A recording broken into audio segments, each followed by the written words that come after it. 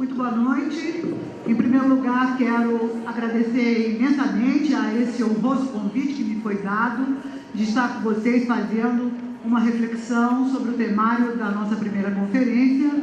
E começo dizendo que cidade e imigração são duas articulações absolutamente fundamentais. Não há a possibilidade de constituição de uma cidade sem um movimento de ir e vir de pessoas de diferentes lugares, com diferentes culturas e que trazem contribuições imensas. Acho que é preciso lembrar que a cidade, quando recebe os imigrantes, ela está trazendo para o seio de todos, primeiro, uma força fundamental de trabalho para o desenvolvimento da própria cidade, uma contribuição de diferentes línguas e culturas, de diferentes matrizes, para compor esse caldeirão que se transforma numa enorme experiência intercultural, onde todos assimilam e aprendem. Mas, ao mesmo tempo, a cidade também guarda para si a ideia de que há um lugar privilegiado nela, composto pelas elites, e maltrata e distrata todos aqueles que vão ocupar da cidade lugares que não estão centrados no bojo do próprio desenvolvimento do movimento do capital. Então nós temos que saber que, evidentemente, as cidades aparentemente acolhem, mas fundamentalmente elas expulsam. Expulsam quando negam as diferenças. Expulsam quando atribuem aos que chegam as piores condições de trabalho e também escondem aquilo que elas não fazem pelos seus próprios nacionais no construto de uma civilização, de uma civilidade, de direitos humanos, onde todos possam desfrutar do espaço da cidade. Há um autor importante chamado Henri Lefebvre, que escreveu já há bastante tempo um livro sobre o direito à cidade. O que é o direito à cidade? É a cidade que é construída pelos trabalhadores, em inúmeros casos, não acolhem os trabalhadores, não dão a eles um lugar. E a cidade do capitalismo é uma cidade que foi feita, organizada e construída para o fluxo do movimento do capital. E quando as pessoas chegam e ocupam a cidade, quando elas chegam na cidade com suas demandas, com suas vontades, com as suas necessidades, elas transformam aquilo que foi feito para o desenvolvimento do capital em lugares que apontam como a desigualdade existe na cidade. As crianças que tomam banho no chafariz, o chafariz não foi feito para a criança tomar banho, foi feito para adornar a cidade. Quando as crianças tomam banho no chafariz, elas dizem: não há lugar de moradia, de acolhimento para nós, os pequenos, que não temos direito à cidade. Quando os moradores de rua circulam pela cidade sem ter um lugar para se banhar, para defecar, para se amar, e isso provoca constrangimento dos demais, eles estão apontando que a cidade que deveria ser deles, não é deles, e que eles se impõem na cidade exatamente porque eles, pela insurgência do uso, eu reverto o lugar da cidade, porque eu mostro que eu estou aqui, eles vão apontando os limites, as contradições e tudo aquilo que no discurso bonito oficial aparece como plástico e igualitário, quando na verdade não o é. Nós vivemos um tempo em que o capital se organizou e se globalizou e ele circula a revelia de todos nós, por todos os lugares, por todos os caminhos, por todos os fluxos. E isso indica que a população mundial também tem direito a circular. E que é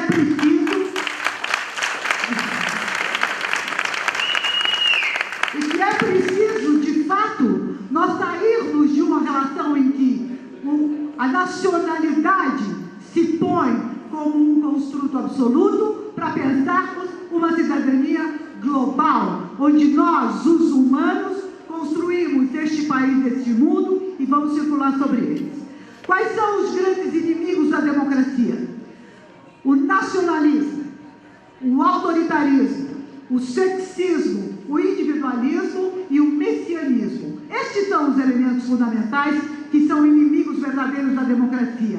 E não a diversidade cultural, as múltiplas línguas, as formas de vestir, os alimentos que nós emprestamos uns dos outros para fazer uma pauta muito mais rica, muito mais interessante, onde quando eu como uma comida do outro, eu estou antropofagicamente engolindo a sua cultura, reorganizando o meu paladar para se conectar com ela.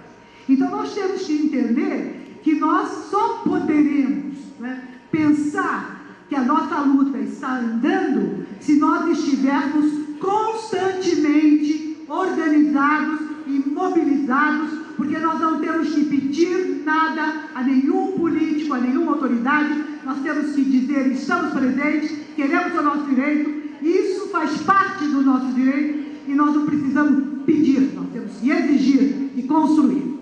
Quando as coisas começam a aparecer, é porque atrás das legislações tem uma luta enorme, tem uma dificuldade enorme, tem vidas que sofreram barbaridade e que foram se articulando e se organizando.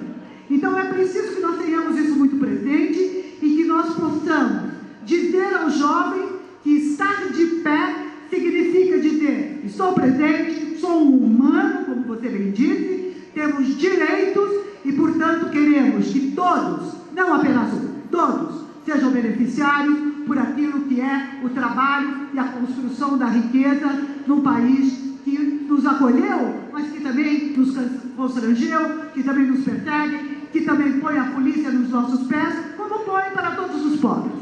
A imigração em São Paulo só ficou bonita quando os capitalistas italianos chegaram já nos anos 20 do século XX e construíram uma cidade toda modernizada, a dizer: os italianos construíram a maior cidade italiana em São Paulo. Quando chegaram, eram catamanos, chamados de ladrões, que roubavam no peso, foram perseguidos, foram violentados.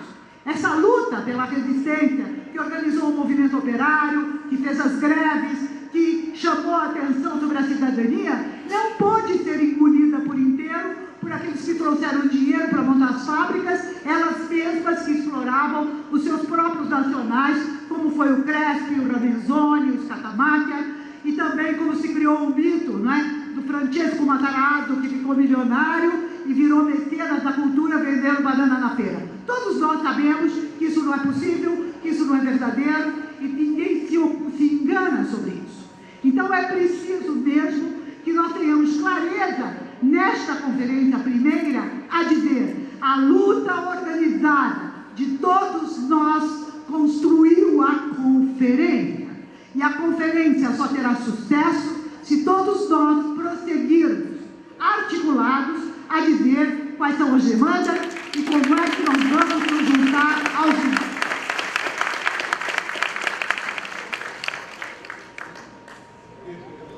Penso que há uma coisa muito importante nos eixos dessa nossa conferência. Quero discutir dois eixos fundamentais, que acho que são aqueles que eu posso fazer uma contribuição melhor. Quero pensar a problemática da educação. Tenho visitado com meus alunos, tenho uma disciplina que se chama Escola no Mundo Contemporâneo, onde eu levo meus alunos a visitar escolas, porque dizem: a escola está em crise. Bom, nós precisamos saber que crise é essa. Se é uma crise de dissolução, se é uma crise de reconstrução, se vai acabar a escola, se ela já não existe mais, o que temos que fazer? E fizemos, neste momento, há um mês atrás, há 15 dias atrás, 2 presenças de escolas aqui na região do Canindé, onde estão crianças numa escola, 45% de bolivianos, na outra escola, 14% de bolivianos. Ficamos absolutamente impressionados com o que disseram os coordenadores e a direção. Diziam o seguinte: os bolivianos são muito quietos, silenciosos, educados.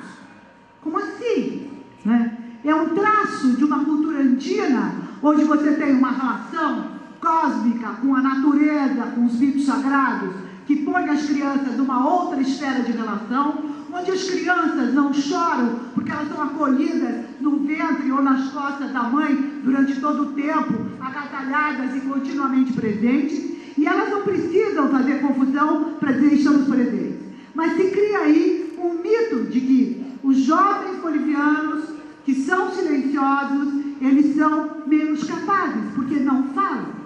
Então nós temos que desconstruir essa forma de olhar o outro, quando na verdade é a ignorância ou o preconceito dos próprios coordenadores e professores, que acabam atribuindo a um sinal cultural, a uma diferença cultural, alguma coisa que não possa ser entendida como uma diferença maravilhosa a compor as crianças rebeldes da pobreza brasileira, que falam, que se agitam, a comungar junto com esses bolivianos, trocando duas experiências fantásticas, né? Então, é preciso que a cultura de cada um de vocês tenha uma inserção na escola. Aqui viemos, quais são nossos mitos, quais são nossas raízes, o que comemos, que festas fazemos, porque com essa introdução destes elementos, a escola poderá se transformar numa escola mais aberta e os preconceitos podem sumir, porque a hora que eu conheço o outro, eu não o temo. A hora que eu convivo com o outro e posso compartilhar, a hora que eu como a sua comida, a hora que eu confraternizo na sua festa, eu posso fazer uma diferença importante. Não adianta nós colocarmos várias crianças numa sala de aula se a sua cultura não estiver presente. Se os professores não tiverem indicação de como é, por que é, de que formação. É preciso criar na escola espaços de contação de história, onde os pais vão contar para as outras crianças como é que é viver no seu lugar, que coisas fazemos, como é que nos vestimos, como é que nos organizamos. Se nós não tivermos esse esforço, nós vamos ter os professores já acostumados à discriminação, a reproduzirem a cultura dominante, que é tudo aquilo que é diferente, eu tenho que discordar, porque o mundo do mercado tenta nos fazer todos iguais, vestimos as mesmas roupas, nos apresentamos da mesma maneira, ignorando solenemente como temos valores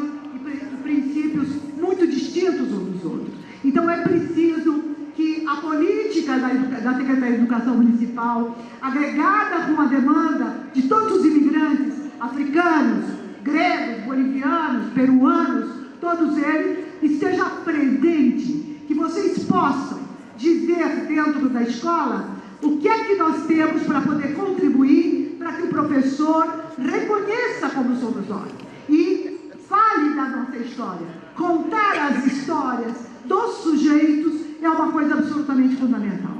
É preciso que essas histórias entrem na sala de aula, é preciso que as crianças contem as suas coisas, para que se faça de fato uma relação intercultural. Apenas a presença, sem essa conexão de esclarecimento, de reconhecimento da diferença, nós teremos a reprodução daquilo que é, em todos os lugares, a discriminação dos pobres e dos negros que ocorre nas várias escolas brasileiras, com os brasileiros propriamente ditos.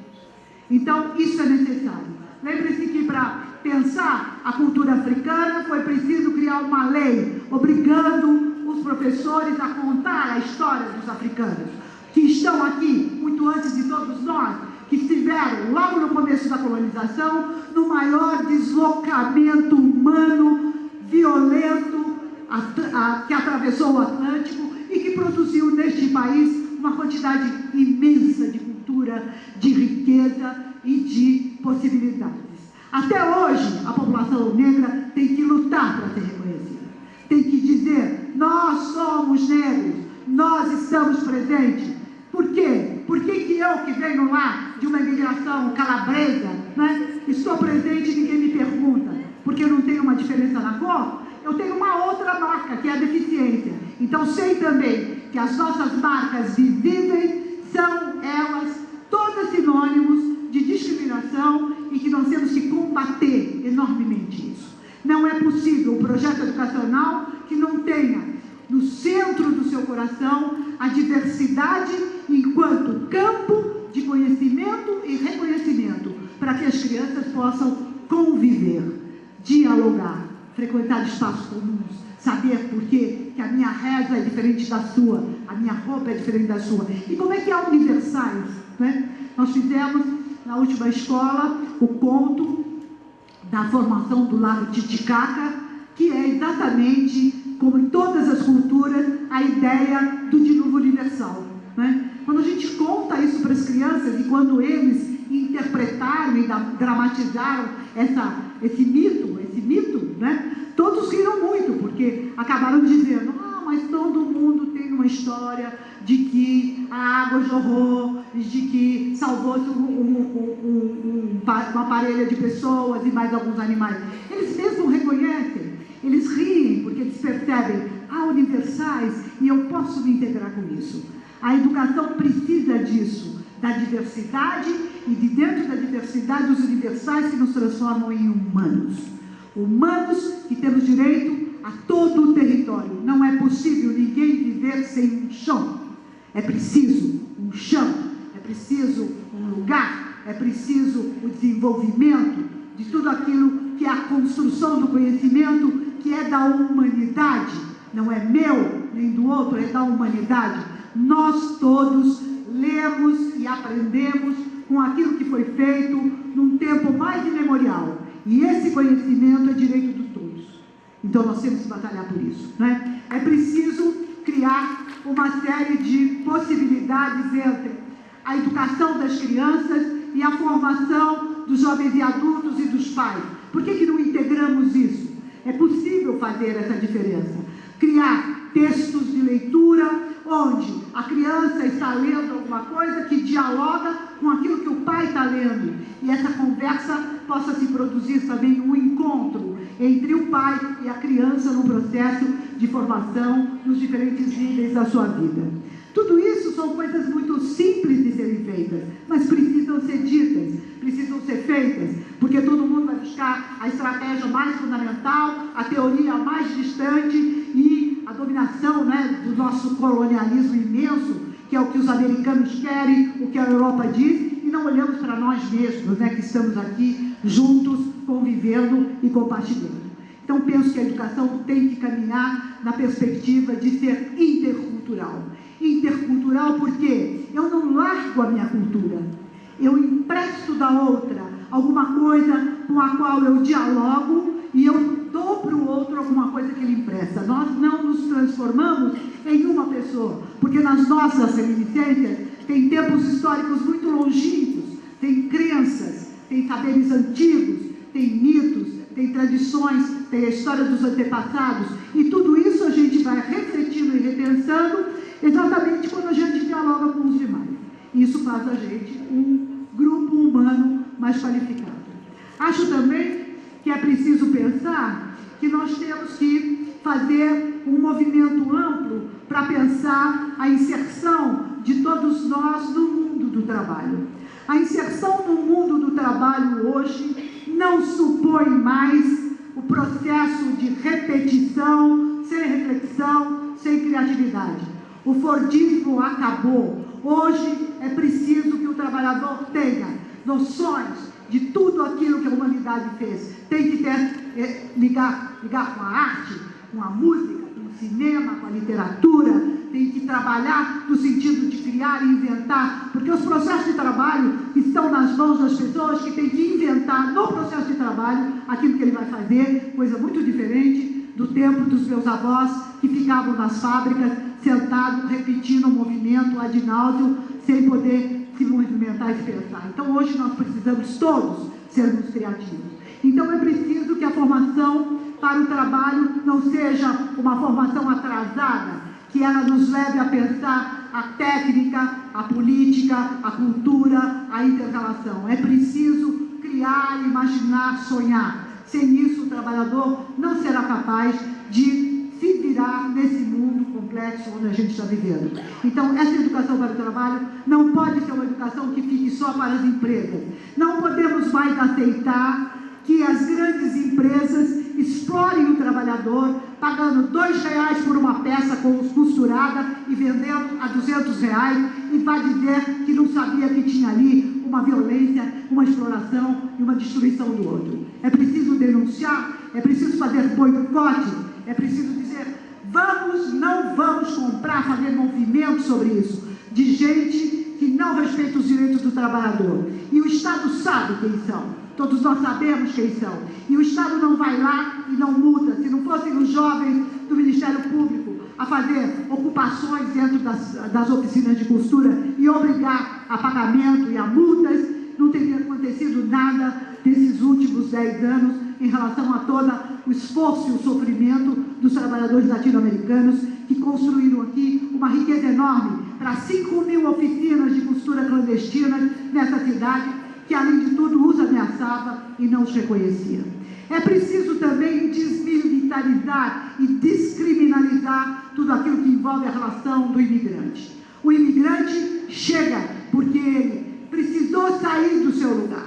Ninguém deixa o seu lugar, os seus membros, as suas relações, se não for por uma necessidade muito importante, que pode ser de ordem material, mas pode ser de ordem política, mas pode ser de ordem da necessidade de descobrir o mundo. São muitas as necessidades do translado das pessoas. Esse translado sempre é muito difícil, sempre é muito duro. É muito diferente de ser turista, onde eu vou com tudo, passeio e vou embora. É se deslocar com tudo, com família, com filhos, com tudo, deixar tudo para trás. Então o acolhimento é uma coisa importantíssima, porque as pessoas já estão sofrendo nesse processo. Não se pode impedir as pessoas de conviverem e de se integrarem no mundo da cidade, porque eles não têm um certo tipo de documento. E é interessante porque as escolas estão fazendo isso, as que obedecem, não é, o princípio da humanidade. A criança é matriculada independente do pai ou da criança ter qualquer documentação. Isso é uma recomendação, já está na lei. Agora, prestem atenção, fazer a lei não significa que a lei será cumprida. O nosso país é um país que, se você pegar todas as leis, nós viveríamos um paraíso. Mas as leis não são cumpridas. Os políticos, os empresários, os banqueiros, tudo isso usufruem do seu direito, e é preciso de uma luta imensa, de rua, de todo o tempo, para que a lei seja cumprida. Então, não se pode desmobilizar, não se pode deixar de denunciar. É preciso que a gente esteja vigilante, porque a lei que vai autorizar os imigrantes serem representantes de conselhos não é a lei que vai dar a eles direitos políticos, evidentemente, né? E é preciso saber o que fazemos com os direitos políticos e como vamos escolher num rol de extrema dificuldade que nós temos em relação à classe política brasileira, com honrosíssimas exceções que só justificam a regra geral de uma coisa desavergonhada, de estruturas de perversão que não respeitam, inclusive, as leis do país. Então, são muitas as tarefas. Acho que essa primeira conferência precisa escolher no temário aquilo que for a coisa mais significativa nesse momento. Não adianta fazer uma agenda de 250 pontos, porque ninguém cumpre nada. É preciso dizer, vamos defender neste eixo isso, naquele, aquilo, naquele, aquilo. E vocês têm que dizer o que querem, porque ninguém sabe por vocês, né? Eu tenho feito, nós temos feito no nosso laboratório a gravação de histórias de vida de uma quantidade grande de pessoas que, como vocês, vêm para cá. São histórias incríveis, são sofrimentos, são alegrias, são hipóteses, não é? E só ouvindo mesmo é possível compreender o tamanho do problema. Por isso, a fala de vocês, a escolha de vocês, tudo aquilo que vocês vão pôr em cima da mesa nesse temário é absolutamente fundamental que saia daquilo que vocês disseram, do coração de cada um, daquilo que é a urgência mais importante. Se a gente fizer uma pauta imensa, as coisas são aprovadas e não são cumpridas.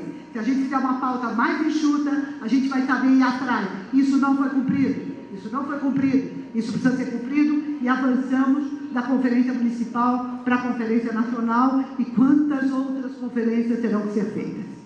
Acho que é preciso pensar que a nossa história, toda a nossa história de África e América Latina, né, é uma história que sofreu uma impactação muito forte, não só dos interesses internacionais, mas dos próprios grupos dirigentes do nosso país.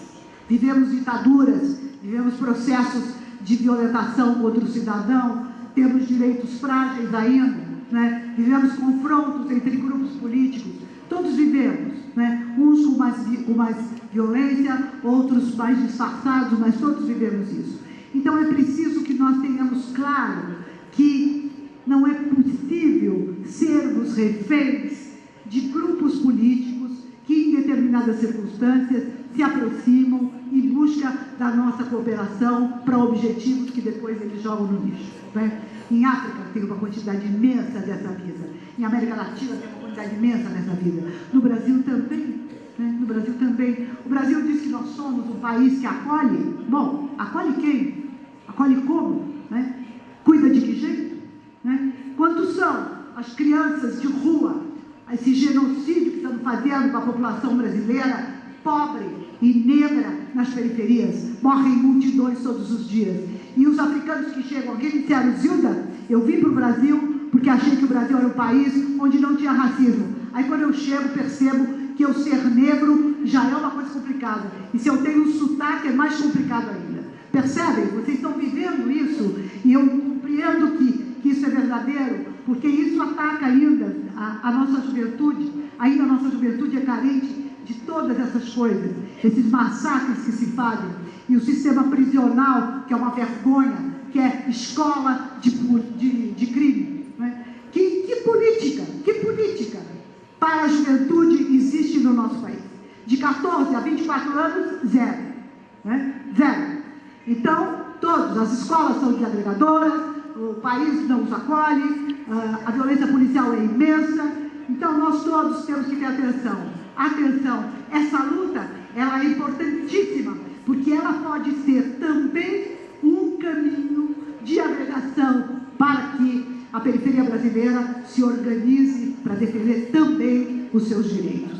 Ela não é contra, ela tem que ser consorciada, ela tem que ser articulada de uma maneira que nós possamos todos caminhar no sentido de fazer a crítica. Paulo Abraão foi bastante firme nessa fala aqui, dizendo: não adianta fazer a festa.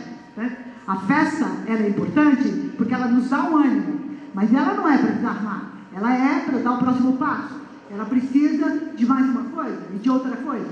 E se nós não exigirmos, evidentemente que o poder vai ser exigido por outros, e não é mais fácil dar para quem exige na maneira mais silenciosa do que aqueles que exigem na praça, no meio da rua. Né? Bem, eu quero dizer a vocês também que, em relação a todos esses nossos problemas, acho que há uma importante legislação que começa a ser formulada. E essa importante legislação que começa a ser formulada, ela precisa, de fato, como já foi dito muito bem na mesa de abertura, de ser amplamente divulgada. As pessoas têm que saber o que já está legislado e como, por esses elementos dessa legislação, eu busco a exigência do cumprimento do meu direito. Então, é uma luta que está indo, né? Ela vai começando, ela vai se aprofundando. Então, aconteceu o decreto do prefeito, perfeitamente. Todos têm que saber que aconteceu o decreto do prefeito. Todos têm que saber que é possível fazer isso, porque o exercício da burocracia nos lugares é imenso. E como o conhecimento da legislação não é divulgado também por aqueles serus operadores desses processos, a gente várias vezes refaz de novo a mesma coisa que já foi dita que não é para fazer. Imagina que o Brasil foi um país que criou um ministério para desburocratizar. Vocês já viram uma coisa mais interessante do que essa? Né? Você cria um ministério cheio de burocracia para desburocratizar. E a gente vai inventando palavras para manter tudo na mesma. É preciso saber que essa cultura é assim.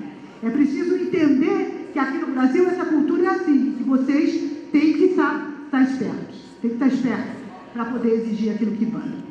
Quero finalmente dizer a vocês que eu gostaria muito, né, de não ter que fazer essa fala tão normativa para vocês, que é meio ridículo, até eu me sinto meio ridículo, mas de ouvi-los e de trocar com vocês conhecimentos que a gente pudesse ir intercambiando para pensar estratégias para que essa conferência seja uma conferência absolutamente positiva e que traga, de fato, uma organização bem integradora de vocês para exigir os seus direitos, porque quanto mais gente tiver direito, mais fácil será o direito ser estendido. Não é assim, o meu direito acaba quando começa o teu. Não. Ou todos temos direito, ou não há direito algum. Ou todos somos livres, ou não há liberdade alguma. Então nós temos que sair fora dessa máxima do liberalismo que é o teu direito e o meu direito. Não, o nosso direito, a nossa liberdade, a nossa possibilidade de viver de forma articulada, a nossa necessidade de lutar. Portanto, somos todos solidários. Acho que vale a pena nós nos encontrarmos muitas vezes e falarmos bastante sobre isso. Espero que tenham um bom dia aí amanhã e depois, e que essa finalização deste primeiro movimento da conferência traga de fato escolhas muito bonitas e poderosas que eu vou divulgar lá no nosso portal, que se chama Diversitas, onde tudo aquilo que a gente faz, a gente vai distribuindo para todos gratuitamente, os textos, as exposições, as entrevistas, e muito obrigada de novo por essa honra.